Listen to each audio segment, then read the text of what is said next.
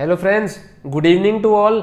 दोस्तों, आप देख रहे हैं कि काफ़ी दिन हो गए कि मार्केट के अंदर वॉलेटिलिटी बहुत ज़्यादा नहीं है। मार्केट रोज़ सेंसेक्स कभी 20 पॉइंट ऊपर चले जाता है, कभी 50 पॉइंट नीचे, कभी 50 पॉइंट ऊपर। तो मतलब कुछ बहुत ज़्यादा वॉल्यूम मार्केट में नहीं आ रहा। ये सिनेरियो वैसे जो है दिसंबर के मंथ में देखा जाता है, जब FIIs फॉरेन इंस्टीट्यूशंस पैसा बेच के क्रिसमस और न्यू ईयर मनाने के लिए निकल जाते हैं। बट इस बार कुछ डिफरेंट हुआ है। दिवाली पे भी ये रैली नहीं आई, प्री दिवाली रैली नहीं आई, बट पोस्ट दिवाली रैली आई। तो अभी तो कुछ सिनेरियो ऐसे चल रहा है, बट उस बीच कुछ एक शेयर ऐसा है जो आज 11.5% की तेजी के साथ बंद हुआ है और उसके बारे में हम चर्चा करेंगे। Let's get started. दोस्तों, शेयर का नाम है RCF यानी कि राष्ट्रीय केमिकल फर्टिलाइजर। पहले आपको बताऊंगा, फर्टिलाइजर से आपको पता लगे कि फर्टिलाइजर का काम करती है, बट डिटेल देता हूं थोड़ी सी। Rashtriya chemical and fertiliser limited manufacture and markets various kind of fertiliser such as urea, bio fertilisers, micro nutrients, water soluble fertilisers, soil conditioners etcetera. तो आपको इंट्रोडक्शन तो इसकी बता दी। अब ये शेयर आज 116 रुपये 30 पैसे में जाके बंद हुआ। तकरीबन 11.5% की तेजी थी इस शेयर में आज, जबकि वॉलेटिलिटी इतनी ज्यादा नहीं थी निफ्टी में। और 12 रुपए इस शेयर में आज की डेट में पड़ गए। तो ऐसी तेजी ना कभी कभी देखने को मिलती है RCF में। आगे चर्चा करते हैं। अगर पिछले एक महीने की बात करें तो पिछले एक महीने में इस शेयर ने अपने शेयर होल्डर्स को 0.4% के पॉजिटिव रिटर्न्स दिए हैं। अगर बात करें पिछले एक साल की, तो एक साल में 39% के पॉजिटिव रिटर्न्स दिए हैं इस शेयर ने अपने शेयर होल्डर्स को। अगर बात करें पिछले 5 साल की, तो 5 साल में इसने मात्र 24.5% के रिटर्न्स अपने शेयर होल्डर को दिए हैं। तो आप एक बार दिल पे हाथ रख के बोल दीजिए, अगर पिछले 5 साल से ये शेयर आपने अपने पोर्टफोलियो में रखा होता तो भाई साहब इससे अच्छा तो FD रख लेते, वो ज़्यादा बेटर थी।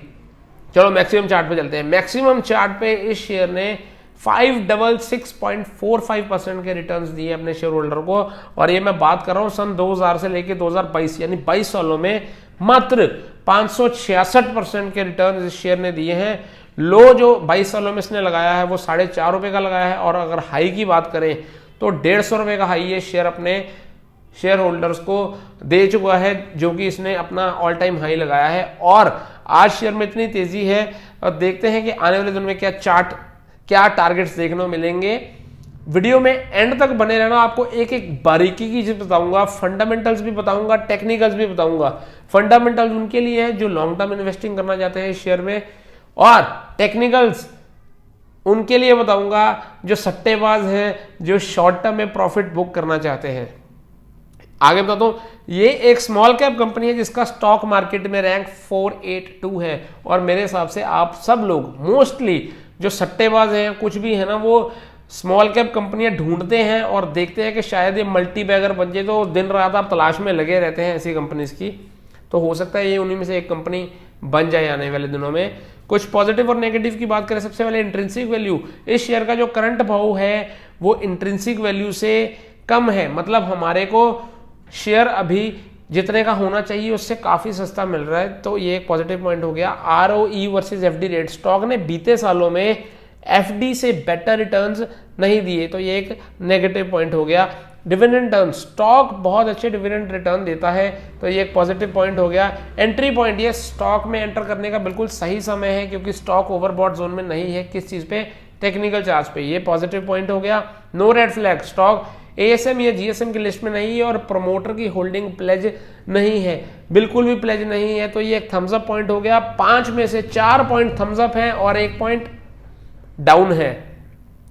कैश डिविडेंड की बात करें, लास्ट इसने जो डिविडेंड दिया था वो 24 नवंबर 2021 को दिया था। मतलब डिविडेंड आने का टाइम आ गया है। नवंबर में डिविडेंड दिया था और वो इंटरिम डिविडेंड था 1 रुपये 35 पैसे प्रति शेयर का।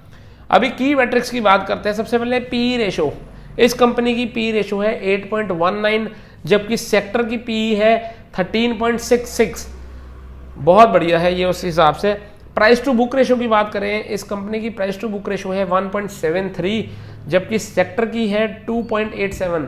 तो प्राइस टू बुक रेशो के लिहाज से भी ये हमें शेयर चीप मिल रहा है, सस्ता मिल रहा है। डिविडेंड यील्ड की बात करें तो इस कंपनी की डिविडेंड यील्ड है 3.69%, जबकि सेक्टर की डिविडेंड यील्ड है 2.65%। तो तीनों ही लिहाज से, चाहे पी रेशो हो, चाहे प्राइस टू बुक रेशो हो, चाहे डिविडेंड यील्ड हो, तीनों लिहाज से ये शेयर बहुत सही है फंडामेंटल चार्ट्स पे। अभी फाइनेंशियल ट्रेंड की बात करें, हर साल इसका जो रेवेन्यू है, जो ब्लू कलर की बार्स हैं, वो रेवेन्यू बता रही है और हर साल इसका रेवेन्यू बढ़ा है। सिर्फ 2021 में इसका रेवेन्यू घटा था, उसके अलावा हर साल इसका रेवेन्यू बढ़ते जा रहा है। प्रॉफिट की बात करें तो प्रॉफिट हर साल धीरे धीरे बढ़ता जा रहा है, जो कि एक पॉजिटिव पॉइंट है। अभी आपको शेयर होल्डिंग पैटर्न की बात करूं तो प्रमोटर के पास 75% की होल्डिंग है इस शेयर में, तो ये पॉइंट को मैं दूंगा सलूट। ठीक है, म्यूचुअल फंड के पास 0.39% की होल्डिंग है, मतलब म्यूचुअल फंड के वैसे भी फंड मैनेजर जो है ना, वो ज्यादा जहां पे चर्निंग होती है ना, वैसी कंपनी में ज्यादा पैसा लगाते हैं। डोमेस्टिक इंस्टीट्यूशंस के पास 0.27% की होल्डिंग है, मतलब जो हिंदुस्तान के इन्वेस्टर्स हैं ना, चाहे वो डोमेस्टिक हो चाहे म्यूचुअल फंड हो, उनको इस शेयर के अंदर कन्विक्शन नहीं है, उन्होंने वो ज़्यादा पैसा लगा नहीं रखा। फॉरेन इंस्टीट्यूशंस के पास 3.07% की होल्डिंग है। रिटेलर्स के पास 21.27% की होल्डिंग है। तो प्रमोटर के बाद सबसे ज़्यादा किसी के पास होल्डिंग है तो रिटेलर्स के पास है। रिटेलर्स तो वैसे ही हर शेयर में फंस जाते हैं यार। अभी शेयर होल्डिंग हिस्ट्री की बात करें, सबसे पहले फॉरेन इंस्टीट्यूशंस, सबसे बढ़िया पॉइंट मुझे ये लगा कि फॉरेन इंस्टीट्यूशंस क्वार्टर दर क्वार्टर अपनी जो होल्डिंग है इस कंपनी में वो बढ़ाते जा रहे हैं, जो कि बहुत पॉजिटिव पॉइंट है। शेयर होल्डिंग अगर प्रमोटर की बात करें तो प्रमोटर की पिछले एक साल में कांस्टेंट रही है होल्डिंग, ना उन्होंने घटाई है ना बढ़ाई है, तो ये भी बहुत स्टेबल और पॉजिटिव पॉइंट है। म्यूचुअल फंड की बात करें तो म्यूचुअल फंड ने एकदम से, पहले इस शेयर में उनकी होल्डिंग कम थी, बट एकदम से इस सितंबर में काफी ज्यादा एकदम से उन्होंने अपनी होल्डिंग बढ़ा दी है इस शेयर में, ये भी पॉजिटिव पॉइंट है। डोमेस्टिक इंस्टीट्यूशंस क्वार्टर दर क्वार्टर अपनी होल्डिंग को इस शेयर में घटाते जा रहे हैं। इसका क्या मतलब हुआ, फॉरेन इंस्टीट्यूशंस अपनी होल्डिंग बढ़ाते जा रहे हैं, डोमेस्टिक इंस्टीट्यूशंस अपनी होल्डिंग को घटाते जा रहे हैं, इसलिए शेयर को खासा फर्क पड़ा नहीं है। अगर पीयर एंड कंपैरिजन की बात करें तो इसकी जो पीयर कंपनीज है वो यूपीएल, कोरोमंडल इंटरनेशनल और बेयर है, और तीनों की अगर प्राइस टू अर्निंग रेशो की बात करें तो सबसे सही प्राइस टू अर्निंग रेशो हमारे को राष्ट्रीय केमिकल फर्टिलाइजर्स की मिल रही है। प्राइस टू बुक रेशो की बात करें, प्राइस टू बुक रेशो में भी सबसे सही कंपनी अगर हमारे को वैल्यूएशंस में मिल रही है ना तो आरसीएफ मिल रही है। और डिविडेंड की बात करें, सारी कंपनियों में से सबसे ज्यादा डिविडेंड भी कौन दे रही है, राष्ट्रीय केमिकल फर्टिलाइजर। तो फंडामेंटल्स के लिहाज पे तो कंपनी अच्छी है। और अगर बात करें मार्केट कैपिटलाइजेशन के बेसिस पे, तो मार्केट कैपिटलाइजेशन पे जो रैंक 1 पे कंपनी है वो यूपीएल है, नंबर 2 पे कोरोमंडल, नंबर 3 पे बेयर, नंबर 4 पे चंबल फर्टिलाइजर, नंबर 5 पे दीपक फर्टिलाइजर, नंबर 6 पे Gujarat Narmada valley fertiliser, number 7 पे फर्टिलाइजर एंड केमिकल, नंबर 8 पे जो कंपनी आ रही है वो आरसीएफ है। तो मार्केट कैपिटलाइजेशन पे 8वें नंबर पे ये कंपनी फॉल करती है। अब आपको मैं सीधा लेके जा रहा हूं टेक्निकल चार्ट्स पे। टेक्निकल चार्ट्स पे ये देखिए, सबसे पहले एक आपके पास चार्ट आया है, आप गेस कीजिए, वीडियो को पॉज कीजिए और सोचिए कि ये कौन सा चार्ट पैटर्न फॉर्म हो रहा है। दोस्तों चलो मैं बताता हूं, ये जो चार्ट पैटर्न फॉर्म हो रहा है वो है कप एंड हैंडल का पैटर्न फॉर्मेशन। मुझे तो वैसा ही लग रहा है, उसकी डिस्क्रिप्शन भी मैंने आपको यहां पे दे दी है। देखिए क्या हुआ जी, सबसे पहले कप बना, उसके बाद हैंडल बना, उसका ब्रेकआउट हुआ कब, आज हुआ ब्रेकआउट। और ब्रेकआउट के लेवल्स क्या थे दोस्तों, जो इस शेयर में ब्रेकआउट के लेवल्स है ना वो 110 रुपए के हैं, और आज शेयर मैंने आपको बताया कि 116 के ऊपर बंद हुआ जाके। तो आपको आज ब्रेकआउट तो हो गया, बट उसकी जो आपको कल ज्यादा पता लगेगा कि अगर ये सस्टेन रहता है ब्रेकआउट, अगर 110 से शेयर ऊपर रहता है तो ये पॉजिटिव साइड में रहेगा।